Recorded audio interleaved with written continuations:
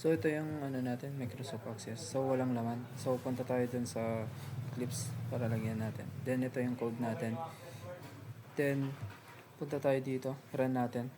Tapos lagay natin yung information natin. First name. Then middle name. Then last name.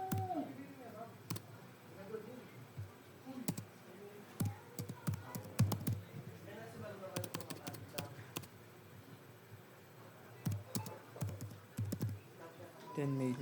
Then year. Year muna bago month. Then day. Then polling number natin. Okay.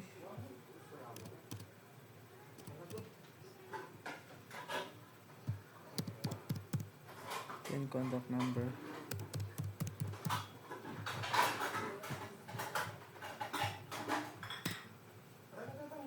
Then address. Yung embod mo nabasag.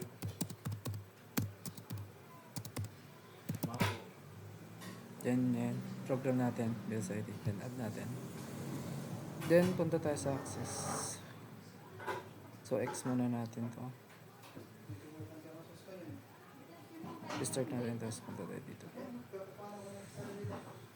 Tapos access.